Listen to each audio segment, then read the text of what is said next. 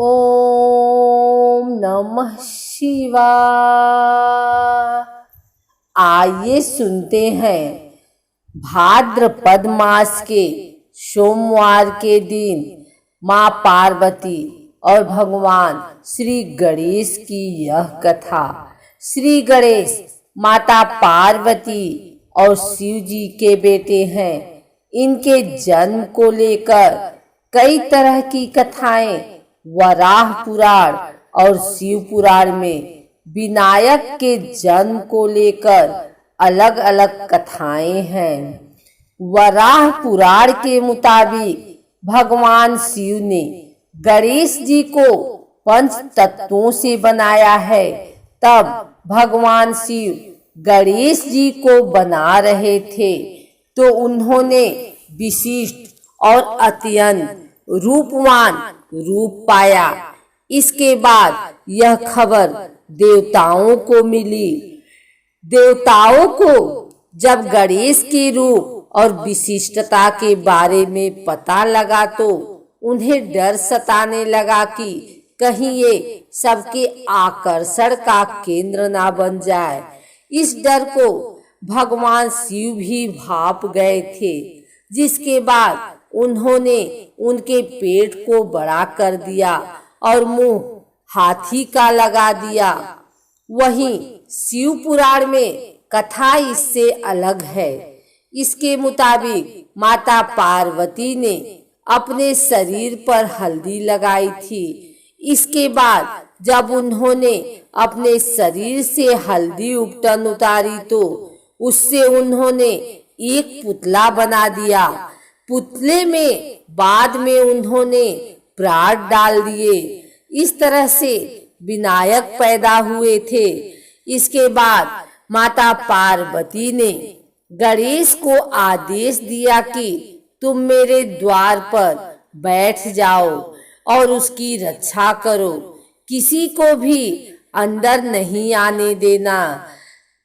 कुछ समय बाद शिव जी घर आए तो उन्होंने कहा कि मुझे पार्वती से मिलना है। इस पर गणेश जी ने मना कर दिया। शिव जी को नहीं पता था कि एक कौन है। दोनों में विवाद हो गया और उस विवाद ने युद्ध का रूप धारण कर लिया। इस दौरान शिव जी ने अपना त्रिशूल निकाला और गणेश का सिर काट डाला। पार्वती को पता लगा तो वह बाहर आई और रोने लगी। उन्होंने शिव जी से कहा कि आपने मेरे बेटे का सिर काट दिया है। शिव जी ने पूछा कि ये तुम्हारा बेटा कैसे हो सकता है। इसके बाद पार्वती ने शिव जी को पूरी कथा बताई। शिव जी ने पार्वती को मनाते हुए कहा कि ठीक है, मैं इसमें प्राण डाल देता हूँ, लेकिन प्राण डालने के लिए एक सिर चाहिए। इस पर उन्होंने गरुड़ जी से कहा कि उत्तर दिशा में जाओ और वहाँ जो भी माँ अपने बच्चे की तरफ पीठ करके सोई हो उस बच्चे का सिर ले आना। गरुड़ जी भटकते रहे पर उन्हें ऐसी कोई माँ नहीं मिली, क्योंकि हर माँ अपने बच्चे की तरफ मुंह करके सोती है। अंततः एक हथनी दिखाई दी। हथनी का शरीर एक प्रकार का होता है कि वह बच्चे की तरफ मुंह करके नहीं सो सकती। गरुड़ जी उस शिशु हाथी का सिर ले आए।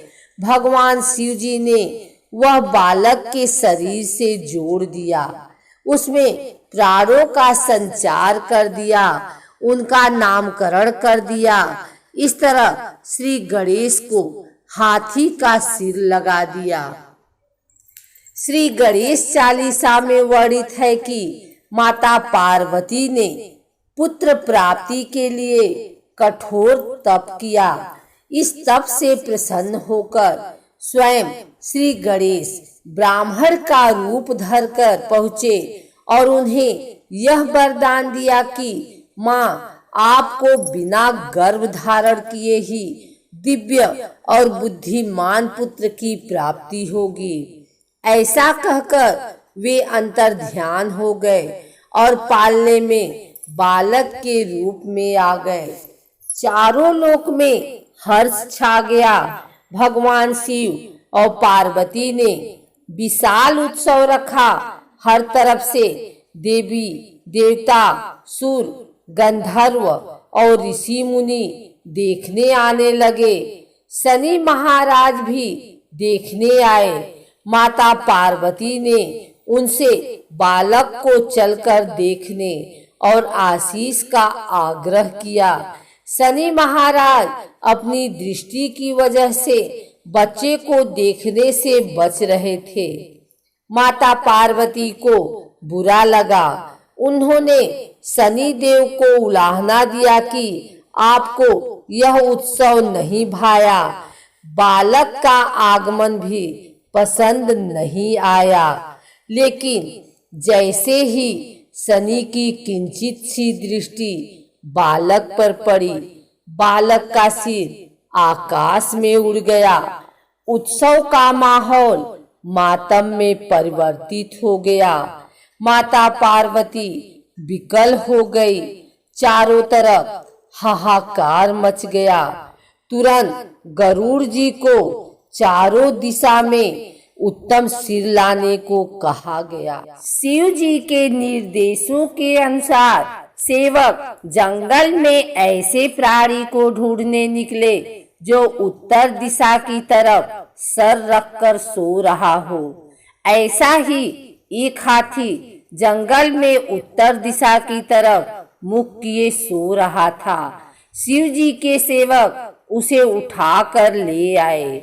शिव जी ने हाथी का सर सूंड समेत गणेश जी के शरीर से जोड़ दिया और इस प्रकार गणेश जी के शरीर में पुनः प्राणों का संचार हुआ।